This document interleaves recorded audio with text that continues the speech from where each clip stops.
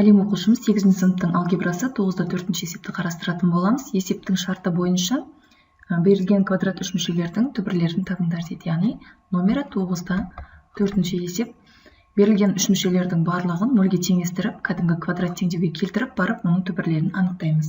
Біріншісі 3х-тің квадраты плюс 54 тең 0 деп алып, осындай теңдеу түрінде шығарамыз. Бұл жерден 3х квадратты қалдырып, 54-ті минус деп теңдіктің сол жақ бөлігіне өткізіп аламыз. Бұл жерде х квадратты табу үшін минус 54-ті бөлеміз 3-ке. Х-тің квадраты тең болады минус 18. Ал енді бұл жерде қандай санның квадраты теріс сан болады деген сұрақты алуымыз керек. Бірақ ереже бойынша ешқандай санның квадраты теріс сан шықпайды. Сондықтан бұл жерде бірден шешімі жоқ, яғни бұл жиын деп кетеміз. Жауабы жоқ. Екіншісі минус 0,4х-тің квадраты азайту 7х тең 0-ге. Бұл жерде ортақ көбейткіш минус х-ті жақшаң сыртына шығаратын болсақ, жақшаның ішінде 0,4х плюс 7 тең 0-ге. Осыдан минус х тең 0-ге және 0,4х плюс 7 тең 0-ге деп екі түрдегі теңдеуді шығаратын боламыз. Бұл жерде х-тің бірінші түбірі 0-ге тең болады, екінші түбірін мына теңдеуден табамыз. 0,4х тең минус 7, х-ті табу үшін минус 7-ін бөлеміз 0,4-ке. Осыдан х екінші түбірі тең болады минус 17,5-ке. Мына бірінші түбірі, мынау екінші түбірі. Түсіндіре алдым деп ойлаймын. Келесі үшіншісі. Х-тің квадраты азайту 7х минус 8 тең 0-ге. Осыдан бірінші толық квадрат теңдеу, осыдан коэффициенттерді анықтап аламыз. А1-ге тең, b минус 7-ге тең, с минус 8-ге тең. Дискриминант формуласы арқылы табатын болсақ, b квадрат минус 4ac. Бұл жерде орнына қоямыз. Минус 7-нің квадраты азайту 4 көбейту 1 көбейту минус 8. Минус 7-нің квадраты 49-ға тең, минус 4 пен минус 8-і көбейтетін болсақ, плюс 32 болады. 49 пен 32-нің қосындысы 81-ге тең. Ал 81 дегеніміз ол 9-дың квадраты. Енді x1-ді табатын болсақ, x1 7 азайту 9 формуласын анықтағымыз келсе, бұдан алдыңғы видеоларда формуласымен қалай шығатынын түсіндірген болатынмын. Соны қарап алсаңыздар болады. Немесе осы уақытқа дейін уже өздеріңіз меңгеріп алған болуларыңыз керек. 7-тен 9-ды азайтып, оны 2-ке бөлеміз. 7 мен 9-ды азайтатын болсақ, минус 2 болады. Оны 2-ке бөлетін болсақ, минус 1-ге тең.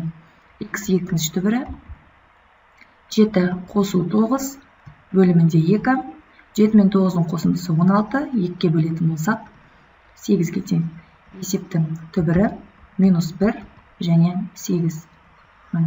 Түсіндіре алдым деп ойлаймын. Егер сұрақтар болса, комментарийге қалдырып кетеміз. Міндетті түрде уақыт тауып сіздерге жауап беруге әрекет етемін.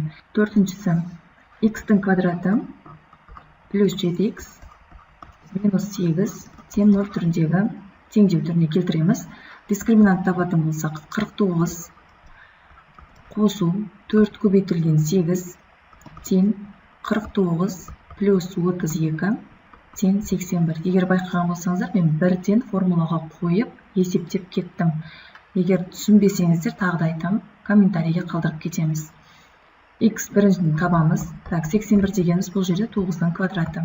Бірден x1 мен x2-нің формуласына қойып есептеп кетеміз. Минус 7 азайту минус 9 бөлімінде 2, минус 16 бөлімінде 2, минус 8 болады. Екінші түбірі тең болады. Минус 7 плюс 9 бөлімінде 2 тең 2 бөлу 2 тең 1-ге. Есептің шешімі минус 8 және 1. Бесіншісі. Минус х-тің квадраты плюс 8х минус 15 тең 0-ге. Дискриминант есептейміз. 64 азайту 4 көбейтілген минус 1 көбейтілген минус 15. 64 азайту 60 тең 4-ке, 4 деген сол 2-нің квадраты. Енді x1-ді анықтаймыз. x1 болады минус 8 минус 2 бөлімінде минус 2 тең минус 10-ды минус 2-ке бөлеміз, ол 5-ке тең. X екінші түбірі минус 8 плюс 2 бөлімінде минус 2 минус 8-ге 2-ні қоссақ минус 6 болады. Оны минус 2-ге бөлетін болсақ 3-ге тең болады. Есептің жауабы 5 және 3. Келесі 6-шысы. Минус 2х-тің квадраты плюс 7х минус 18 тең 0-ге. Дискриминант есептейміз. 7-нің квадраты азайту 4 көбейту минус 2 көбейтілген минус 18.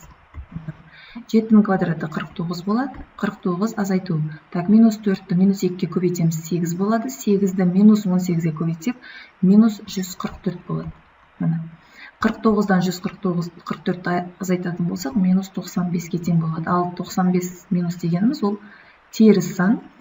Біз білеміз, егер дискриминант теріс сан болған жағдайда бірден есептің шешімі жоқ деп жазып кетуге болады. Түсіндіре алдым деп ойлаймын. Егер сұрақтар болса комментарийге қалдырамыз. Егер ұнаған болса лайк басып достарыңызбен бөлісіп кетуді ұмытпаймыз. Келесі видео сабақтарда кездескенше.